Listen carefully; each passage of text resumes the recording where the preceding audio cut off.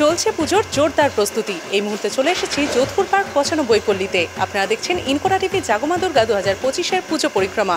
দেখে নেব কতটা এগোলো তাদের পুজো প্রস্তুতি।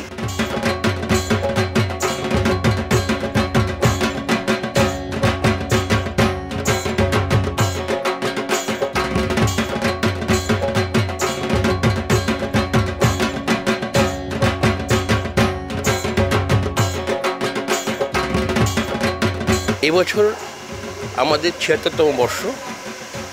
এবছরের ভাবনা, হে বঙ্গভাণ্ডারে তব, মাইকেল একটা লাইন, এটা আমাদের থিমের প্রথম লাইন। এটা আমরা এবছর ৯৫ পল্লী করতে চাইছে যে রত্নগর্ভা বাংলা।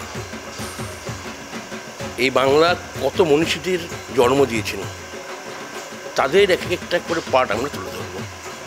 তাদের কার্যকলাপ, যেমন সত্যজিৎ রায় অস্কার পেয়েছেন, যেমন রামকৃষ্ণ বলছেন যত মত তত পথ, বিবেকানন্দ তার বাণী কথা বলছেন, মানে যত মনীষী আছেন, আচার্য জগদীশচন্দ্র বোস বলছি গাছের প্রাণ আছে।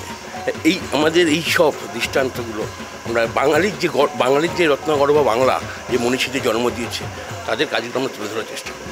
প্রতিমাটাও ঠিক, মানে ওটা হচ্ছে আমরা দেখাচ্ছি সিন্ধুক, তো আমরা রত্নগুলো সব সিন্ধুকেই রাখি।